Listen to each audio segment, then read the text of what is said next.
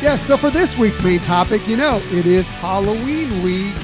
So that's important to us. Then, of course, in pure Disney fashion, as soon as Halloween wraps up, well, we get into holiday mode. Right. And you know what movie does both really, really well and that we've grown to love over the last several years? It's The Nightmare Before Christmas, right, Michelle? Oh, yeah. And to commemorate, we have here our popcorn bucket from Halloween on the High Seas cruise. That's the adorable Nightmare Before Christmas themed. For those of you who actually watch this on YouTube, you can Yeah. check that out. And I have my Jack Skellington shirt on too. Yeah, and my Jack Skellington shirt is worn because I wore it so much, it's worn out, and so I'm not wearing it today because it's just too shredded because I wore it with glee at many, many events that we went to over the years. True. So that's why I'm not wearing any Nightmare Before. Plus, you can't really see it. So if you look at me in the video, you can't really see it in my shirt. So anyway, Michelle's decked out. She's ready to go because she knows she's geared up with something because we kind of love this movie, but we've all seen this movie, or most of us have. If you haven't seen it, this might be interesting for you. Maybe it'll kind of drive you to see this because Michelle's about to do a deep dive into The Nightmare Before Christmas and kind of give out maybe some interesting information, maybe some fun facts, maybe some fun stuff that you might find interesting about the creation of this film that might either bring some more insight, some more joy the next time you watch it, or maybe it might encourage you to watch it for the first time or give it a revisit, right, Michelle? Yes, hopefully any and all of those things are true.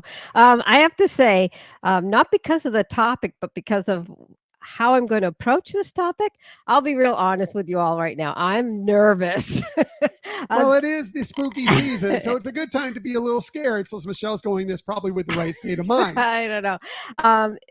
This one is really going off on a very unique tangent, I guess, which is fitting for this film, which is a very unique film. And I know that even during the week, I said, maybe I should try this out on you beforehand, which she didn't. Yeah, we never does it. He does it. We for our shows, we don't share our information in advance. And so this is going to be unique. Let's give it a try though. And hopefully it's not going to be a complete flop. One thing, Michelle's research, always the best research. And anytime that she comes to me during the week and tells me I'm a bit nervous about this episode, I know she's going to crush it. She's going to knock it out of the park. Just like Freddie Freeman did at the World Series the other night. It's going to be a grand slam, a walk-off grand slam. I'm saying that as somebody who doesn't like the Dodgers, but I do like Freddie Freeman and I do like The Nightmare Before Christmas and I love Michelle. So I know that she's going to do a fantastic job with this. So Michelle, let's go ahead and get into our deep dive into The Nightmare Before Christmas. All right. And before I really start the presentation, I do want to share that we talked about the library, and I did get this book by Frank Thompson, who is a film historian. And, the other reference I've looked at a lot of videos on YouTube of interviews that were done when the film was first being produced and released. I also have a Disney News, which was a subscription that Disney put out, a magazine that they did about it. So obviously back in the day, it looks like Michael Eisner was on the cover of that. So was that from 1993? Is that what it says on there? It is from fall of 1993. Let's see. It's really about home improvement. Not sure who he is. Well, it's not Michael Eisner. Who is that? I don't know. Interesting. Yeah. Interesting. Might be a television executive. Yeah. Maybe it's Richard Frank. I don't know. Interesting. But anyway, as we're showing things that people can't watch on the podcast, let's go ahead and move on to the audio version of the show. And then you can go watch the video version and see what we're confused by coming up here. And mainly I also got from the library, the 25th anniversary of Nightmare Before Christmas, and watched with the director's cut a lot of the commentary that was going on there. So just try to give some credibility to Michelle, we know things that I'm going to no one questions Michelle's credibility, so we can just go ahead and move past that right now. So, I mean, first of all, it goes without saying about not only is it a unique film, but it has become such a beloved film for kids and adults. But the journey to get there was pretty much against the odds. And when I was doing my research, originally I thought I was going to do something about either a deep dive in the music or the characters or the technology. And as I was finding things, I realized that's not the direction. That's not the story I think that has heart here. I think the story that has heart here is how the film came alive. And as I was formulating the thoughts and getting everything together, I kind of realized today we're going to talk about the story of Rudolph the Red-Nosed Reindeer. What? But with That doesn't different make any sense. characters. This is The Nightmare Before Christmas. I know, but it played out like Rudolph the Red-Nosed Reindeer. What does that mean? I know. Only Michelle will know. This is the things that go through Michelle's head. I know. So we can't wait to find out how scary. she's going to tie these together. I know. And so I guess as wacky or strange as this film originally was, this concept I think is as well. But to start off with, we have to go back to the Disney studios when they were producing The Fox and the Hound. And that's where our story begins. Okay, then. Right. Now, and that was, late 70s, early 80s. Now, I had some difficulty getting that movie out. Yes, and we're going to be talking about that. Now, imagine you're a young Tim Burton, fresh from Cal Arts, and you are offered what most animators would think is the dream job, getting to work at Walt Disney Studios. I mean, what's better than that, right? That's a good question. As Tim Burton, what you probably don't realize are two pretty critical things. One, you were hired when the company was going through some pretty challenging things, especially at the top leadership and within the board of directors, and that a lot was brewing there, not so great. And number two is not all super talented people will have their work accepted. Well, at least at first. Okay, then. So.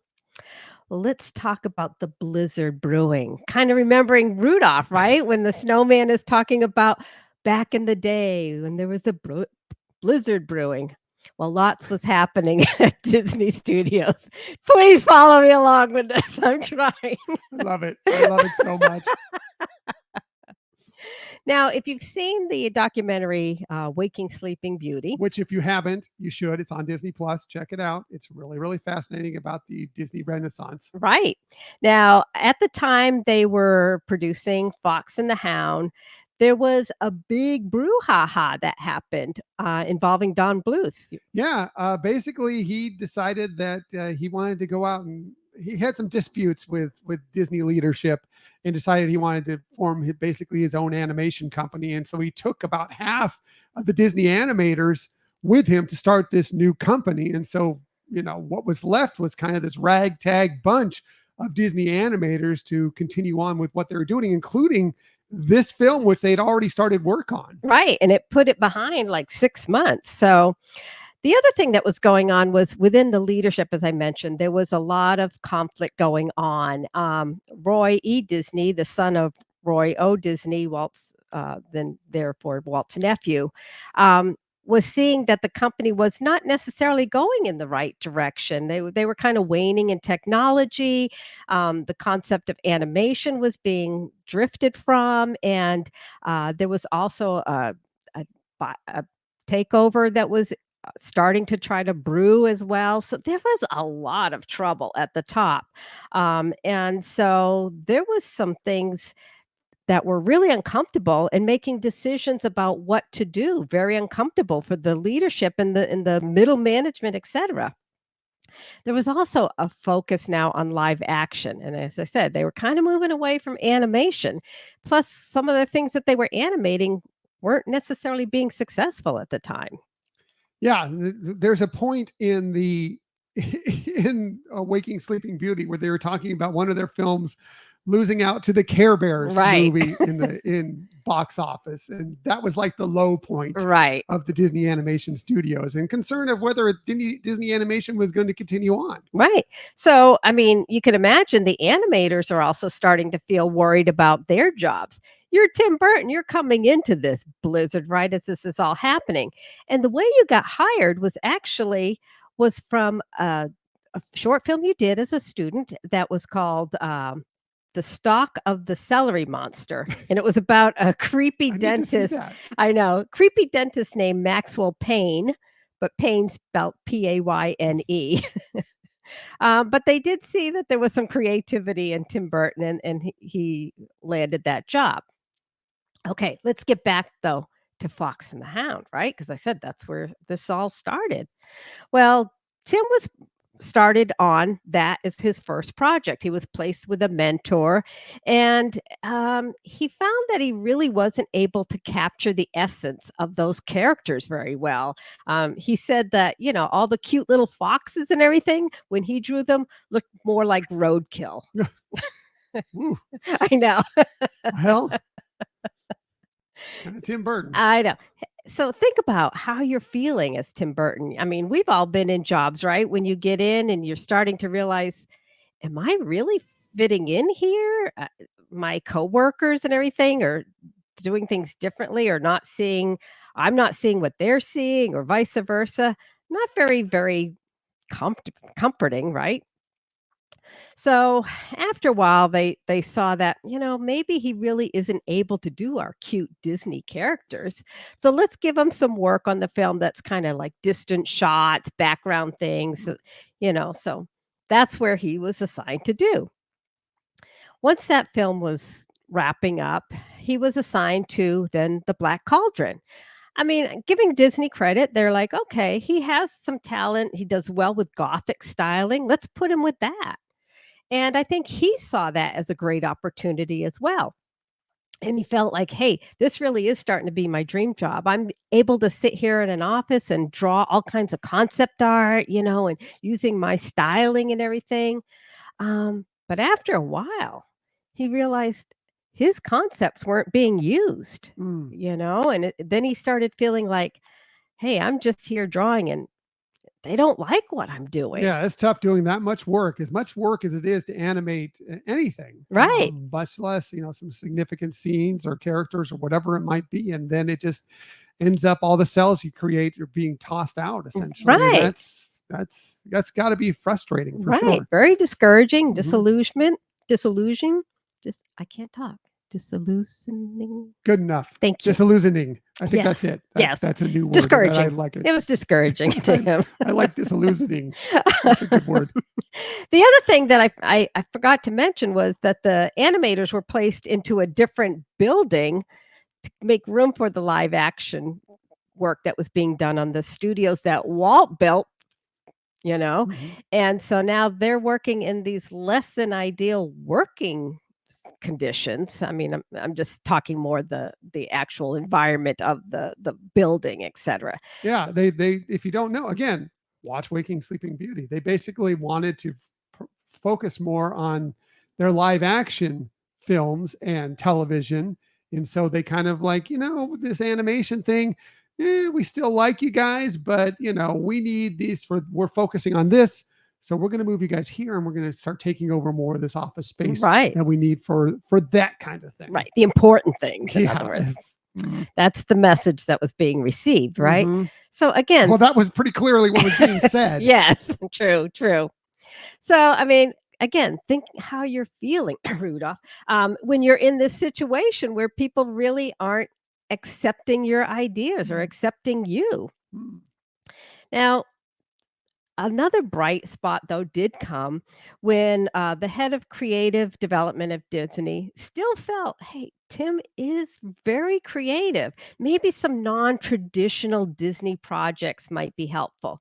So they allowed him to create a film, and it was actually called Vincent. And it's about a little boy who wanted to grow up to be Vincent Price. Vincent Price being one of Tim Burton's idols. In fact, he wanted him involved in the film when it was being created, The Nightmare Before Christmas. But anyways, he's making Vincent, and when it was finished, Disney, they liked it, but they really didn't know what to do with it. They put it out there. It did win some, recognition and accolades and things, but they're like, okay, we have this film, but where do we show it? What do we do with it? It was a short. So it was then around this time, again, he's feeling like, well, I have all this time. Nobody's wanting what I'm doing. So he focuses on writing a poem, and it's called The Nightmare Before Christmas. And it kind of is a takeoff of, obviously, The Night Before Christmas. In fact, some of the lyrics, and he's very good with rhyming and things, some of the lyrics are actually kind of tongue in cheek with the original poem. So he pitches that to Disney as kind of like a 30-minute holiday special, because again, he's somebody who loved watching the annual classics like Rudolph the Red-Nosed Reindeer and The Grinch Who Stole Christmas. So he pitches this idea, and they're like, it's weird. It's got heart, but it's weird. It's weird. It's not commercial enough or not Disney enough. And there's a lot of concern for risk taking at this point, because again, all this turmoil with leadership, and even though you might have some new leadership coming in, people are afraid to pitch new things or really move forward with new things. So it gets put away into a files. So next up, Frankenweenie. Now, if you're thinking Frankenweenie, you probably are familiar with the film on Disney Plus, the animated film. It's about an hour and a half. Excuse me. But the Frankenweenie that we're talking about is the original that Tim Burton did. He did both of them, but the original one he did while he was at Disney. They gave him opportunity for doing another film. And this film, that the assignment was to come up with a film that was going to be released alongside the re-release of Pinocchio. Ooh, very Disney, right? Very Disney. We watched this film the other day. We did. You can also watch the original Frankenweenie. It's a live action, actually, on Disney Plus. With Shelley Duvall and Daniel Stern involved in it, just so you know, if you're interested. Right. Now, if you watch that film like we did, it's amazing. It's hilarious. You'll definitely see Tim Burton in like a lot of the shots. It's done in black and white, but the shadowing, the lighting, some of the props, the way the camera moves sometimes, the eyes vision, the line of vision that it takes, etc. Very Tim Burton. Does have heart. Very unique.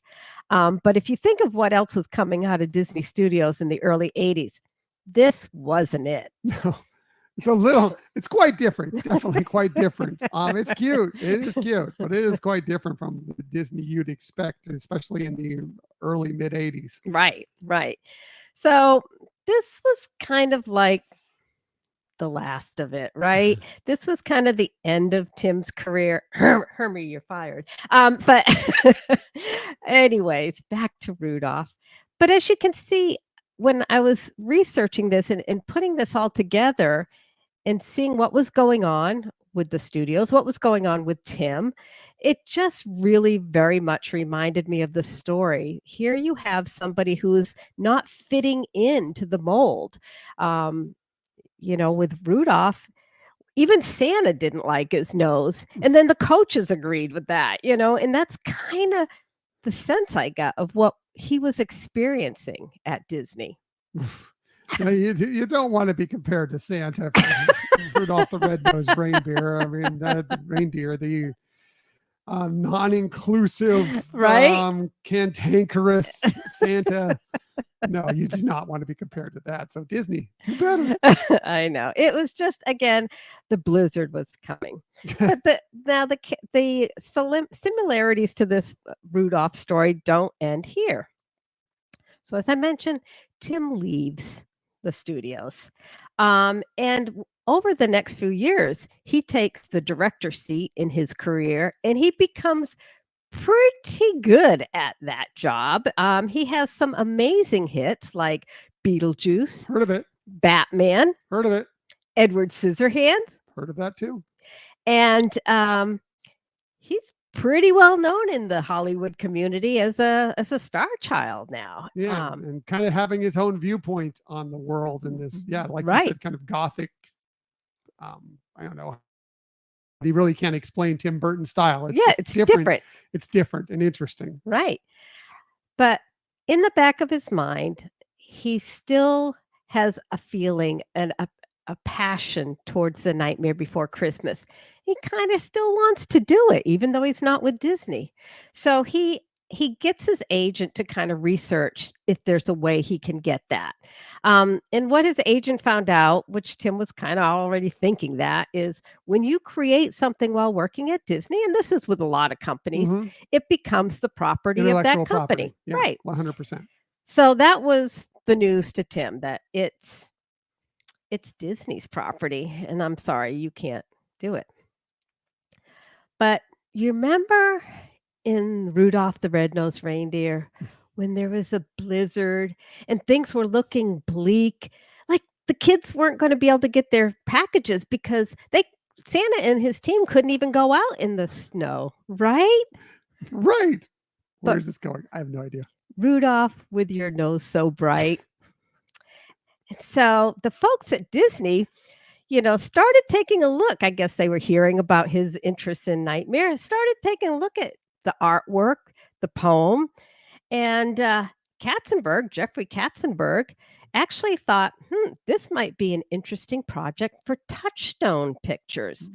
That was a film entity that Disney had.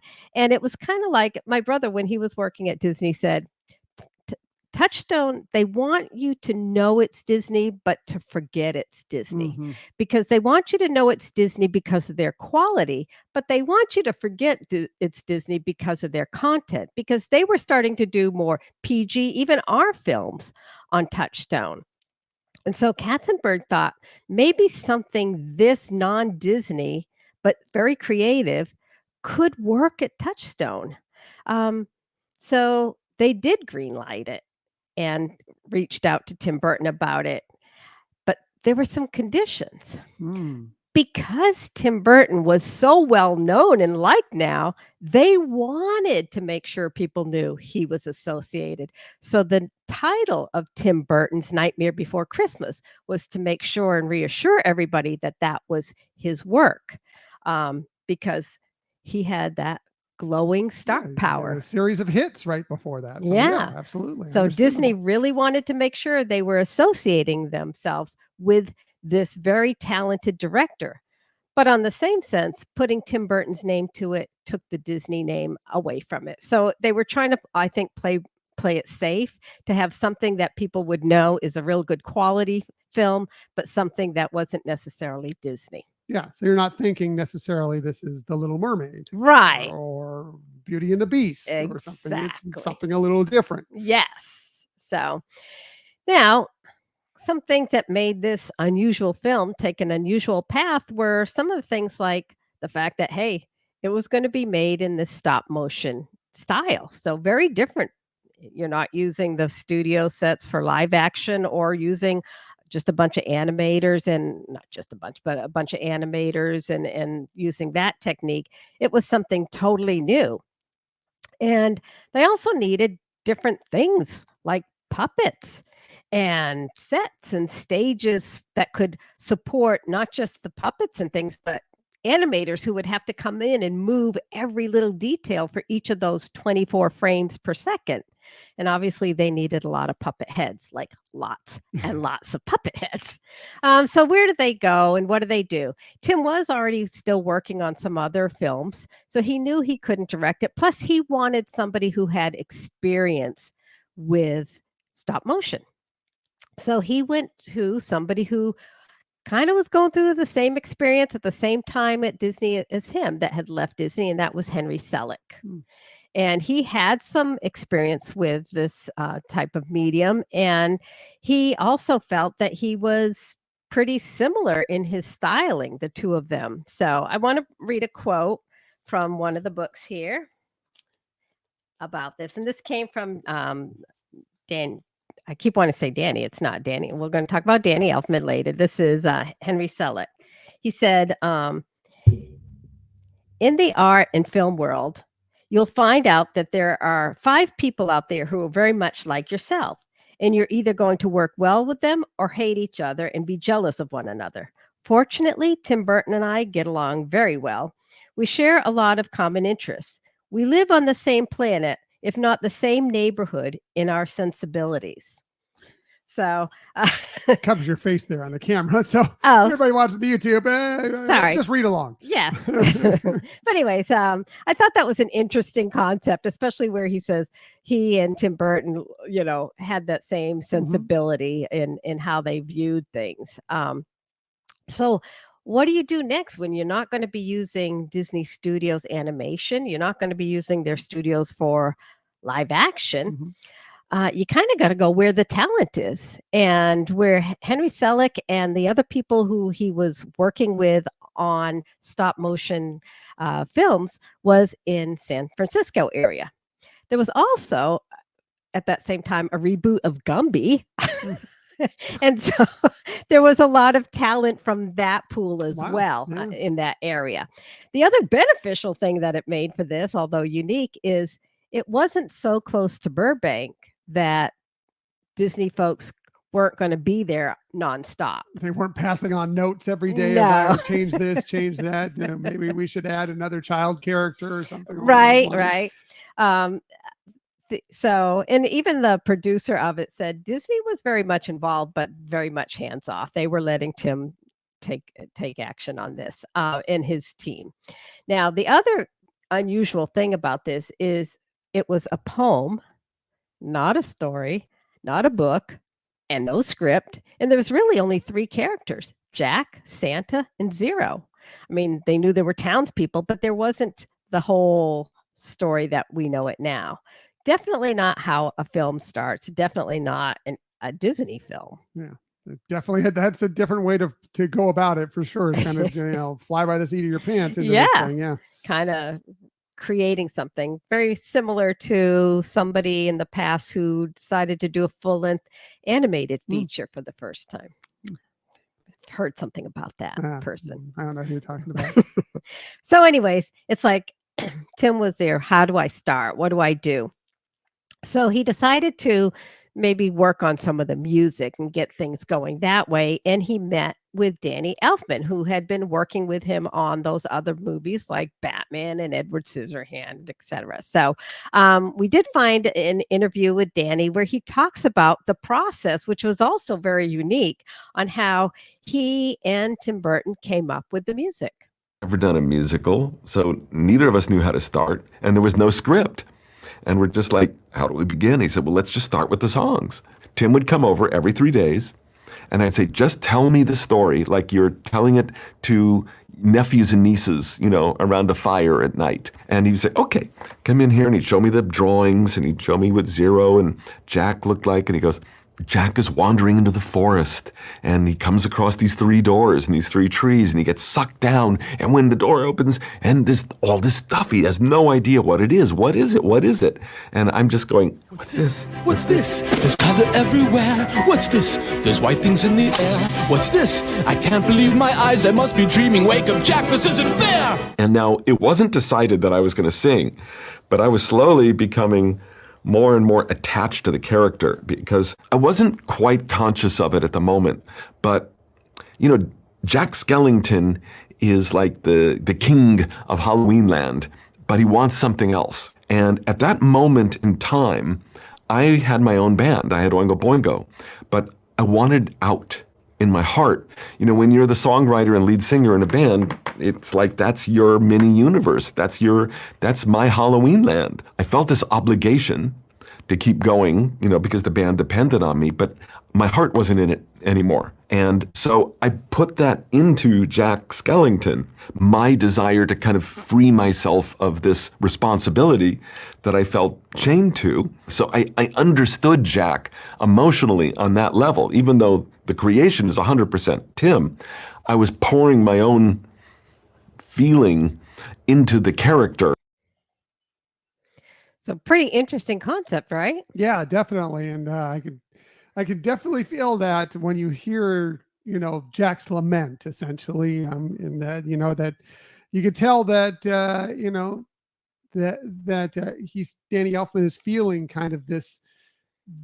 Yes, I am in charge here. I'm the king. I'm doing great. Oingo Boingo. People love it. We have a great fan base. People, but I want something different. I want something to spark my imagination.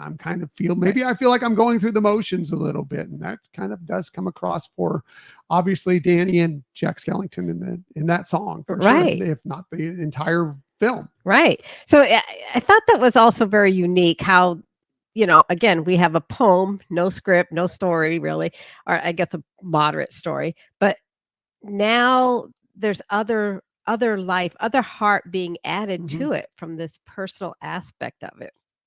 So I thought that was really interesting.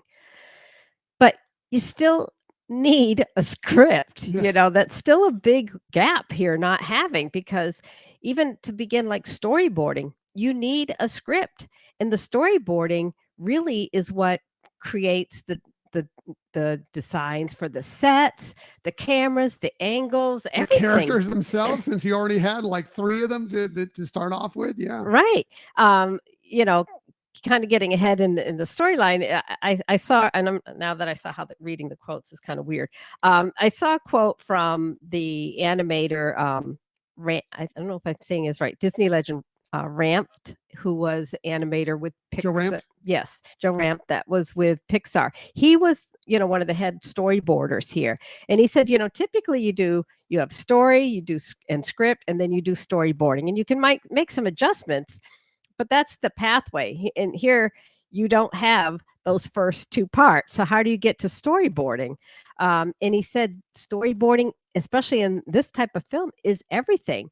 You make a big change, and now you're impacting the puppeteers, the set directors, the lighting. He said that he made a change one time in one of the storyboards, and somebody came up and he said, "Oh, look what your little drawing did for me. Now I have to redo this whole scene." Hours and hours of extra work. Yeah. Right. So or hours and hours of work that's taken away that you've already done. You've done this work, and now you're like, okay, well, that's not going to be part of this because we've totally changed things. Right. And that happens. Yeah, sure. But it's nice to have it kind of laid out ahead of you.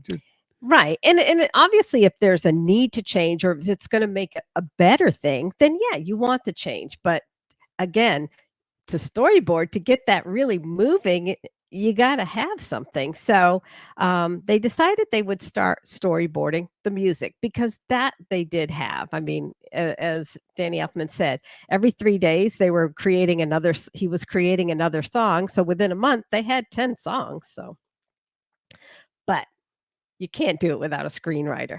I thought the way the screenwriter situation turned out was pretty interesting in the way it got landed. And it was Caroline Thompson, who she did write for Edward Scissorhands. So Tim Burton and Danny Elfman had experience with her being a screenwriter, but she wasn't like the go-to person. They were trying some people, doing some scripts and seeing how that worked out, but they hadn't landed on anybody. But here's the fun fact: Caroline Thompson actually heard all the songs before Tim Burton. Really? Yeah. That's fascinating. She was dating Danny Elfman. Well, that helps. And at the time, his house was being renovated, so he had temporarily moved in with her. So as he's writing the songs, he's playing them to her before he even plays them to Tim. So she already, from a very early perspective, was involved in this film. And, when she finally was chosen for the job for screenwriter, she was just really thrilled. So I thought that was kind of a fun, unique way to get that person, and to finally now have a screenwriter. Yeah, and interesting that those two could kind of play off one another, at home. I mean, I don't know how that, sometimes if you had a dispute, how that played out at home, but the fact that they can kind of work the songs along with the story writing process and everything as they move forward, that it could create this. And yeah, that she heard the songs and it makes sense, right? Right. Before Tim Burton ever did is it very fascinating. Yeah. I mean, I don't know the whys of how she wasn't originally considered or what, but I don't know. I didn't delve into that process for a lot of detail, but I did find it was interesting Yeah. how it all worked out. So, as you can see, there's a lot of blizzards in this prospect too of getting this film together, but it does start to come together. It has unique complexities. And here's where I thought, and I'm not going to spend a ton of time into the technological part of it. I do think that's a future episode I want to do. But there were struggles. Tease. Yes, because there were, right. It was a unique medium used and one that wasn't, they didn't do this in full length features, in the past. As It's I been a mentioned, long time since a movie had come out that was in that style. And right, Disney, as far as I know, had never really, more right, than just, some small pieces, and never really entered into that, right, yeah. that form. And to have it for the whole entire film and everything that long. But just some interesting components that I thought would be good to look at is, I mentioned puppets. Well, the puppets, because you have somebody handling them, one, how they have to be built and everything, but they do get dirty. And in fact, the heads, like you think of Jack's head, it's white. Well, it got dirty a lot. So, they may take a bunch of pictures for the scene and they have to then clean them. Oogie Boogie. I mean, and these were all small. They said they were averaging about 12 to 15 inches high. But Oogie Boogie, because of how they had to have him move and his look and everything like that, he was actually really heavy. And it was hard to do the little movements, right, in him. It was just really, really unique of an experience for them to have to do that. As I mentioned, they had to have sets that were allowing access for the animator to move the images, I mean the puppets. So it was like you couldn't have a set that was 4 feet deep, or you could, but then you'd have to build like a trap door, something like that. Or at times it would have to be one that the animator would have to actually get on it to be able to make the adjustments. So it would have to be strong enough to hold the animator as well as the set and everything. These people have the patience of saints. I would never have the patience to do something like this, where you have to just, okay, move, touch. Okay, good. Everybody get away. Okay, take a picture. Okay, get back in. Move it a touch. Okay, everybody out. Get a picture. Okay, move it a touch. No, I couldn't do that. I couldn't. Right. And you're not even, that's 3 frames. And what did you say it was? 24 frames per second. So you have to make 24 movements just for a second of an hour and 20-minute movie or whatever. Yes, I know. Crazy. It is crazy. It's funny you bring that up because producer Denise DeNovi was brought on, and she said the learning curve, first of all, took about a year for them to really get to know the process and everything about it. But yeah, she said, she goes, she's worked in live action, and she said she thought that was painstakingly slow to make a film, and how you do video, redo it, reshoot. And she said this was 1,000 times more than that. Now, remember I told you they needed quite a few heads. Mm-hmm. Well, to be able to show the expressions, they needed hundreds of heads, and they had to know which head to be putting in for each of those shots. The technology they used, like with computers, is they took pictures of all, like let's say Jack's heads with his different mouth movements and his different eye shapes and stuff like that. And they would then, through the computer, do what would be the sequence of those heads to make certain words come out. Wow.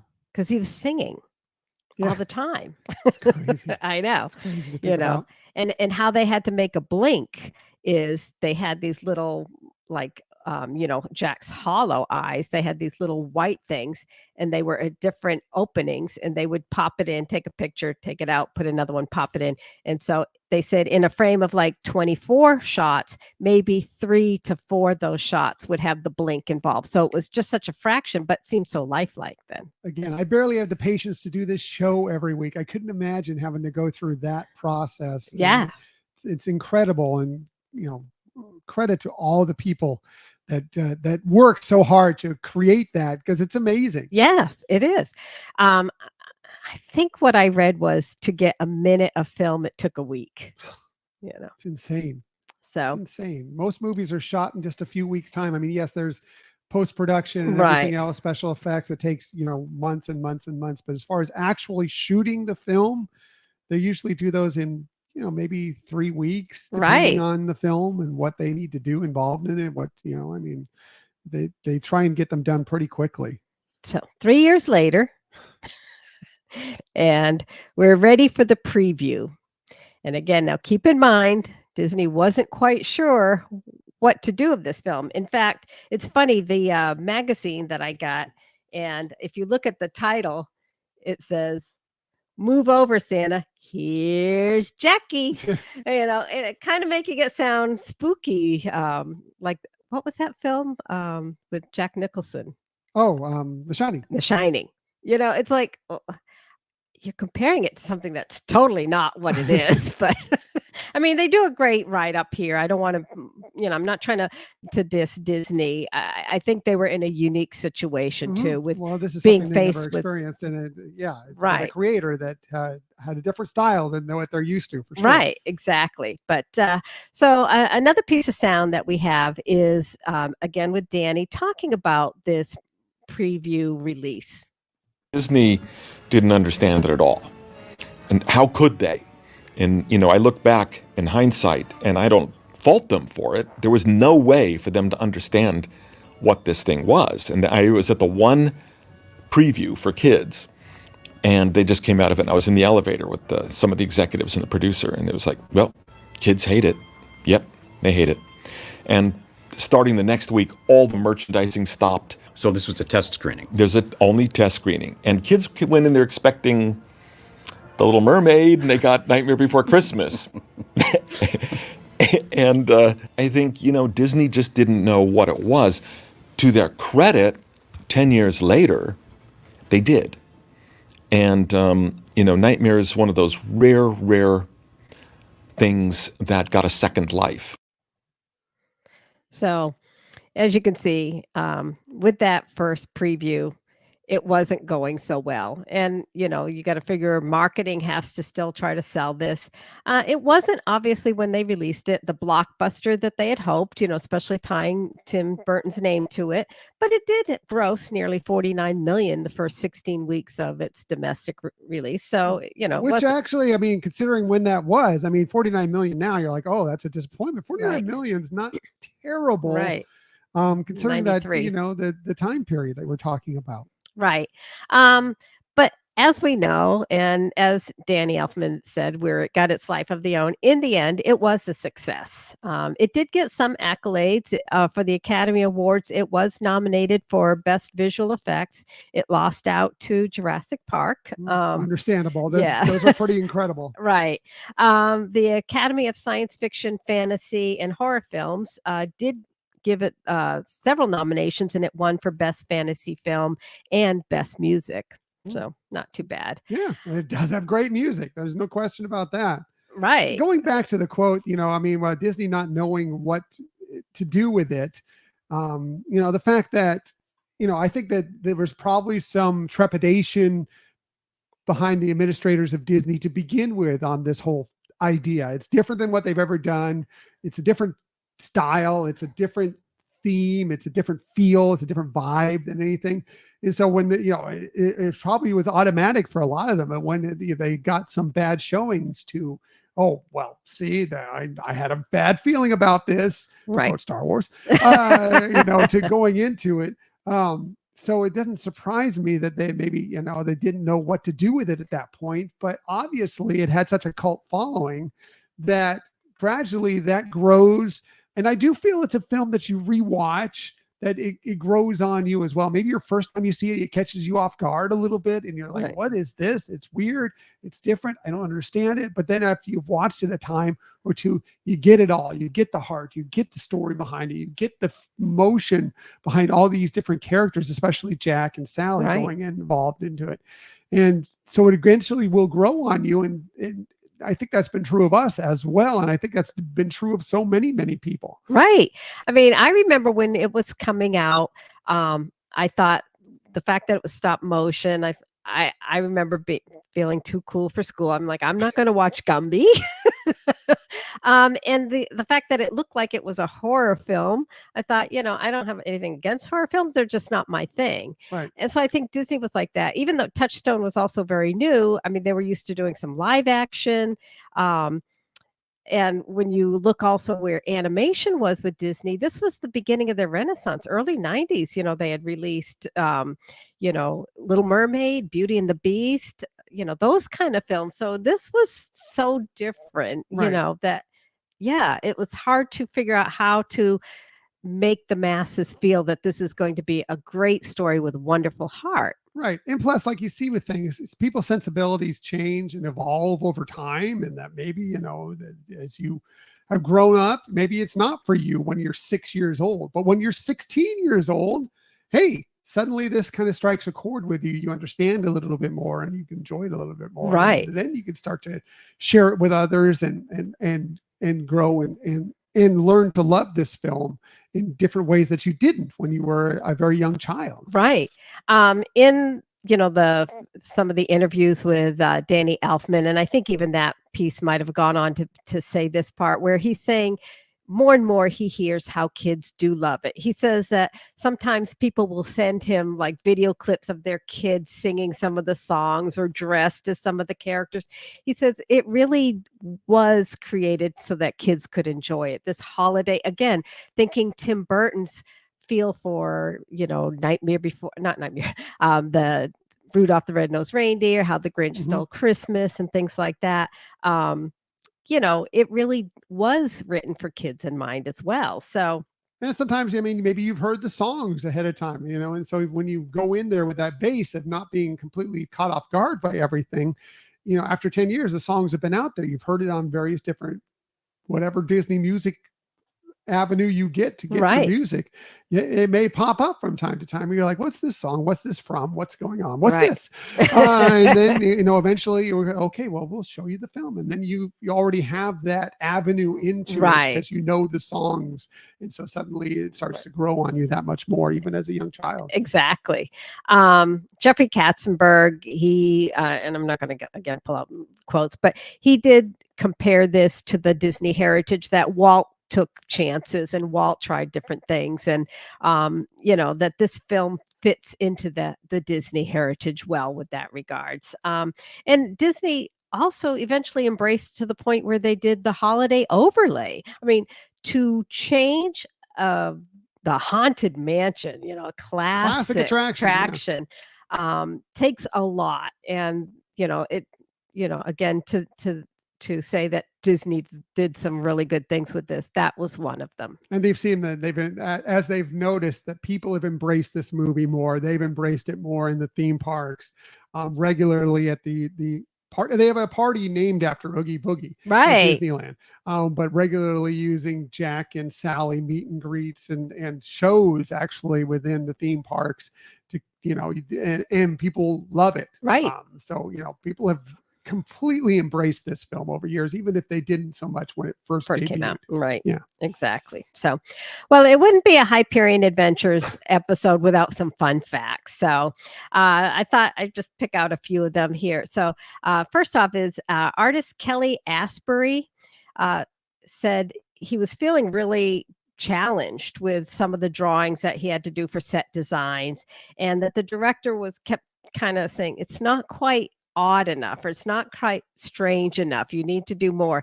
And he decided to try drawing with his left hand. He was right-handed. And he said that worked. And in fact, he shared that with some of the other animators, and they did the same thing. I thought that was kind of cool. I know. I'm right-handed. If I drew with my left hand, well, pretty much I'm not a very good drawer. It looks pretty much the same as what I drew with my right hand.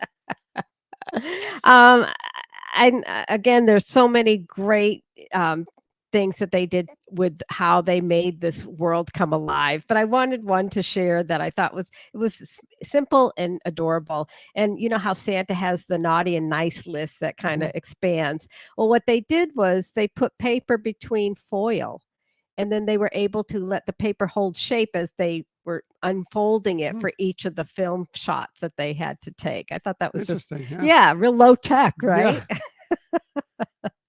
Another funny thing that I saw was that they did have motion control cameras to, kind of do some of those sweeping shots of the sets and things like that they could pre-program. They were called MoCons, motion control MoCons. But that the biggest and most awkward and bulkiest one they dubbed it Luxo Senior, to kind of like Luxo Junior, make fun of Luxo Junior. Pixar. Yeah. Yes. And there are obviously lots of Easter eggs in this film. There is a hidden Mickey, but the one thing that I thought was really cute was that when some of the kids are opening the presents on Christmas Eve that have been delivered, there's one that has a brother and sister. The little girl is wearing pajamas that has Mickey Mouse, and the brother is wearing pajamas that have Donald Duck on them. So I thought those were cute little aspects that they put into the film. So kind of in conclusion, in the end, Rudolph became a beloved member of the Santa's team, right? And we see that here, the similar track with Tim got his passion project. He got it to work. And I do want to end with a quote from him, and get the right quote here. He said, "Nightmare Before Christmas is deeper in my heart than any other film. It is more beautiful than I imagined it would be, thanks to Henry and his talented crew of artists, animators, and designers. As I watch it, I know I will never have this feeling again. Nightmare Before Christmas is special. It's a film that I've always known I had to make. More importantly, it is a film I have always wanted to see. Now I can. It has been worth the wait. I think there are a few projects like that in your life." That's wonderful. Yeah. It's really special. Yeah. It's so good. It's so good. If you haven't watched it ever, give it a chance. It took us a while to come around to it, but now we love it dearly. You might too, especially now that you've heard this deep dive from Michelle. If you've already watched it, go back and rewatch it and remember some of this stuff that Michelle's talked about here. Well, thank you. And hopefully this wasn't too wacky of a way to look at it or present this story. I think it was, I'm not trying to make light of anything or laugh at anybody. I think it was a learning experience. And I think when we've talked about this recently in society, is acceptance and learning that you can have something amazing that you end up really enjoying by just trying to see the other side and appreciate the differences. Very good. Michelle's research pieces, always the best research pieces.